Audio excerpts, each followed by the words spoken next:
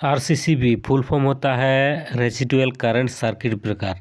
इसका working principle क्या है और ये कैसे काम करता है। ये डबल पोल में आता है और 4 पोल में आता है आरसीसीबी। एक बात ध्यान रखिए, आरसीसीबी का काम अलग होता है और एमसीबी का काम अलग होता है। तो मेन सर्किट में आरसीसीबी लगाना ज़रूरी है और सर्किट में आपका सिंगल सर्किट जो होता है उसमें एमसीबी लगाई। एमसीबी आपका ओवरलोड और शॉर्ट सर्किट का प्रोटेक्शन देता है और आरसीसीबी शॉक प्रोटेक्शन, और आपका करंट लीक हो जाने पर आपका अपने आप ट्रिप हो जाता है आरसीसीबी। तो ये मुख्य काम होता है, बाकी और छोटा मोटा भी काम करता है। जो मेन काम है ये सारा चीज़ बता दिया। तो आरसीसीबी कैसे कहाँ यूज किया जाता है ये सभी जानकारी इस वीडियो में देंगे। तो चैनल को सब्सक्राइब कर लीजिए, साथ में नोटिफिकेशन ऑन कर लीजिए। तो चलिए शुरू करते हैं वीडियो को। 3 फेज जो डीबी होता है उसमें कौन कौन सा ब्रेकर लगाना चाहिए, यानी कि एमसीबी, आरसीसीबी और भी जो ब्रेकर है कौन कौन सा इंस्टॉल करना चाहिए। तो जैसे 3 फेज वाला जो डीबी होता है अलग अलग टाइप का होता है। जैसे 3 फेज लाइटिंग डीबी हो गया, 3 फेज पावर डीबी हो गया, या 3 फेज आपका फिर आउटपुट भी आपका 3 फेज जो आपका इंडस्ट्रियल सॉकेट इंस्टॉल किया जाता है वो भी 3 फेज वाला आउटपुट रहता है। तो 3 डीबी जो होता है 3 फेज वाला उसके बारे में जानकारी देंगे। तो जैसे आपको दिख रहा है यहाँ पर जो है लग, फेरोल और प्रॉपर ड्रेसिंग किया हुआ है। यहाँ पर खाली एमसीबी कनेक्शन अभी नहीं है और डीबी आपका जो है ये लिक्रेड का है। ये 3 फेज वाला डीबी है। यहाँ पर आपका आरसीसीबी दिया जाएगा, उसके बाद एमसीसीबी, मतलब 4 पोल वाला रहेगा आरसीसीबी और एमसीसीबी। उसके बाद है आपका जितना भी आपका एमसीबी इंस्टॉल होगा, आर वाला रहेगा एक अलग, और उसके बाद वाई वाला अलग रहेगा, फिर ब्लू वाला अलग रहेगा, और न्यूट्रल और अर्थिंग ये तो आपका टर्मिनल में कनेक्शन होगा ये अलग अलग। तो ये हो गया। और ये जैसे लिक्रेन का अभी देखिए स्नाइडर वाला देखिए यहाँ पर तो स्नाइडर का थोड़ा 4 पोल वाला जो आरसीसीबी है नीचे दिया गया है। उसके बाद जो है 2 पोल वाला आरसीसीबी तीनों जगह में लगा हुआ। उसके बाद फिर ऊपर साइड में सिंगल पोल वाला जो है एमसीबी इंस्टॉल किया गया है। इस हिसाब से इसका 3 फेज का वायरिंग किया जाता है आपका स्नाइडर वाला का। और यहाँ पर देखिए कोई आपका एमसीसीबी या एमसीबी इंस्टॉल नहीं है, खाली आरसीसीबी दिया है इनपुट में 4 पोल वाला। फिर आपका सिंगल जो है 3 फेज का जो जा रहा है उसमें 2 पोल वाला आरसीसीबी दिया हुआ है। उसके आगे में सिंगल पोल वाला एमसीबी आपका इंस्टॉल किया गया है। और यहाँ पर देखिए केबल जो आया हुआ है आपका सर्किट टाइप का है, प्रॉपर क्वालिटी ट्रे साइड में लगा हुआ रहता है। ये स्नाइडर वाला इस तरह का काम करता है। और इसका केबल एंट्री हुआ देखिए वहाँ पर, और इसका मेन जो सप्लाई आया है आपका उसको भी ट्रे में आके ग्लैंड किया गया है, यानी कि सीधा आपका जो ट्रे में आके हॉल करके नहीं डाला गया है, केबल यहाँ ग्लैंड हुआ है, उसके बाद ट्रे में एंट्री हुआ है। ये देखिए थोड़ा सा जूम करा देता हूँ, देख लिए। तो ये प्रॉपर काम करवाता है स्नाइडर वाला। और यहाँ पर देखिए आपका जो लाइटिंग डीबी के लिए तो सभी जो है आपका 2.5 स्क्वायर mm का फ्लेक्सिबल केबल डाला गया है। वाइट वाला है, जितना भी है फ्लेक्सिबल केबल डाला गया है। उसके बाद डीबी में एंट्री हुआ है। अब बात कर लेते हैं जैसे नॉर्मल डीबी है। यहाँ पर जैसे कोई मार्किंग वगैरह नहीं है, ठीक है। यह है 3 फेज वाला डीबी। तो बाएं तरफ देखिए आपका जो आरसीसीबी है दिया हुआ है, उसके बाद दाहिने तरफ में 4 पोल का एमसीबी दिया हुआ है। ये दोनों 4 पोल है, आरसीसीबी है और आपका ही है, एमसीसीबी नहीं है, 4 पोल का है। और ये 12 वे वाला डीबी है। तो नीचे में आपका आर वाई बी, यानी कि 4 रहेगा आपका आर में, 4 आपका वाई में रहेगा और 4 ब्लू में। तो थोड़ा बहुत कम बेसी करके दिया गया है। कहीं पर आपका 2 लूप दिया गया है, 2 सर्किट के लिए एक ही में कनेक्शन किया गया है, और कहीं आपका सिंगल वाला दिया हुआ। तो नीचे पे यहाँ पर देखिए सभी में फेरुल लगा हुआ है, न्यूट्रल में दिया हुआ नहीं है, क्योंकि न्यूट्रल जो है मतलब डबल टाइप का हो गया, इस कारण थोड़ा सा सर्किट इसमें ज़्यादा आ गया इसलिए। तो 3 फेज डीबी में आरसीसीबी लगाना ज़रूरी है। 3 फेज वाला में आरसीसीबी ज़रूर लगाया जाता है।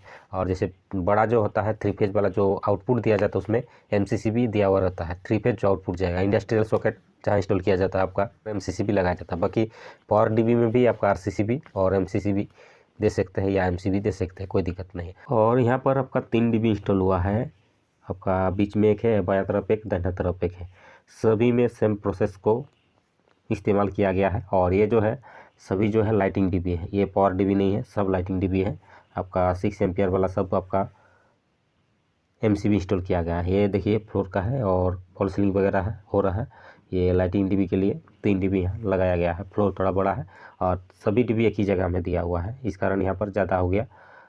तो इस तरीके वाला आप कर सकते हैं। ये जैसे है पावर डीबी दिया गया, पावर डीबी में भी आपका यहाँ पर जो है आरसीसीबी दिया गया है, उसके बाद एमसीसीबी दिया गया है, एमसीबी दिया गया है, और इस तरीके से कनेक्शन किया गया है। यहाँ पर भी देखिए ये दूसरा जगह में दिया हुआ है, लेकिन आपका एमसीबी आपका और आरसीसीबी सेम प्रोसेस को इस्तेमाल किया गया।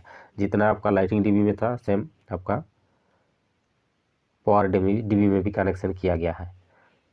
तो 3 फेज में ध्यान रखिएगा आरसीसीबी ज़रूरी है। पहले आरसीसीबी दे दीजिए, फिर आप सिंगल पोल यदि या डबल पोल का डालते हैं, डबल पोल वाला आपको आरसीसीबी मिलेगा, डबल पोल वाला में भी आरसीसीबी दे सकते हैं अगर ज़रूरत है तो, नहीं तो नहीं भी दीजिएगा तो कोई दिक्कत नहीं है। 4 पोल वाला एमसीबी जैसे यहाँ दिया हुआ है ऐसा आप भी वायरिंग कर सकते हैं 3 फेज डीबी को, चाहे आपका पावर सर्किट हो या लाइट सर्किट हो, इसमें कोई दिक्कत नहीं है। तो आपको मैं जानकारी दिया हूँ 3 फेज वाला पावर डीबी लाइटिंग डीबी किस तरह से आप ब्रेकर लगा सकते हैं, लगाना है किस तरह का ब्रेकर, ये जानकारी दिया हो। स्नाइडर वाला का भी दिया हो और आपका एलिग्रेंड वाला, और ये है नॉर्मल डीबी है, इसको भी जानकारी दिया हो। तो भी अब चलिए बात कर लेते हैं जो आरसीसीबी हम लोग इंस्टॉल करते हैं। ये तो आपका 2 पोल में आता है, डबल पोल में और आपका 4 पोल में। डबल पोल और 4 पोल, डबल पोल में आपका फेज न्यूट्रल देख सकते हैं और कहीं पर आपका डबल पोल वाला अगर डबल फेज भी दे सकते हैं, लेकिन उसमें मार्किंग दिया हो रहता है आपका न्यूट्रल फेज वाला है तो न्यूट्रल फेज उसमें कनेक्शन करना है, डबल पोल वाला है तो डबल फेज उसमें कनेक्शन कर सकता है। और जैसे 4 पोल वाला है तो आपका 3 फेज विथ न्यूट्रल, और इसमें आप सिंगल में भी कर सकते हैं इसको। फिर घुमा फिरा के आपका आउटपुट दिया, फिर उसको घुमा के फिर इनपुट में दिया, फिर आउटपुट देके फिर इनपुट में दिया। 4 पोल को मतलब फिर सिंगल पोल भी कर सकते हैं, लेकिन आपका जो डबल पोल वाला इसको तो 4 पोल नहीं किया जा सकता है। तो ये हो गया आपका। और इसमें प्रोटेक्शन क्या क्या रहता है, प्रोटेक्शन बात किया जाए तो इसमें शॉक प्रोटेक्शन, यानी कि यदि हम लोग को करंट लग जाए तो उस स्थिति में आपका आरसीसीबी ट्रिप हो जाएगा। करंट शॉक प्रोटेक्शन आरसीसीबी देता है, जो आपका एमसीबी नहीं दे पाता है।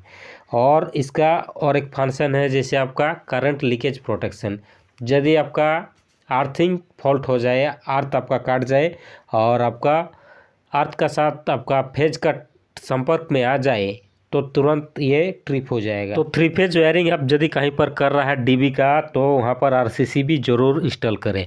और यदि आपका सिंगल पोल यानी कि जो डबल पोल होता है फेज न्यूट्रल में, उसमें भी यदि आप आरसीसीबी लगाएंगे तो आपका क्लाइंट का यानी कि बिल्डिंग ओनर का उसमें फ़ायदा ही होगा। आपका करंट आपका शॉक नहीं लगेगा और अर्थ लीकेज में ट्रिप हो जाएगा, ये आपका उनको फ़ायदा होगा।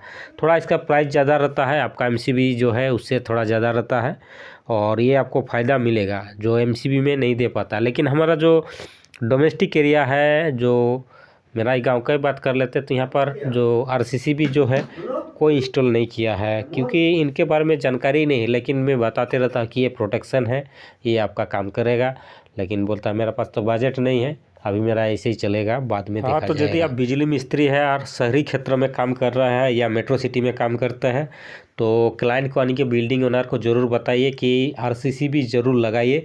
आपका पोल वाला जो है सिंगल फेज का रहता है, और यदि आपका ट्रिपल फेज वाला है तो वहाँ पर भी आरसीसीबी ज़रूर लगाइए डीबी में, 3 फेज वाला में भी और आपका सिंगल फेज वाला में भी, दोनों में। लेकिन ये जिम्मेदारी होता है हम लोग का यानी कि टेक्नीशियन को कि क्लाइंट को समझाएंगे बताएंगे तब तो लगाएगा इसका प्रोटेक्शन क्या होता है। बहुत सारा लोगों को भारत में हम लोग को जानकारी नहीं रहता है इलेक्ट्रिकल के बारे में, किस में क्या काम होता है, तो ये ज़रूर बताइए। और वीडियो को यहीं पर समाप्त करते हैं।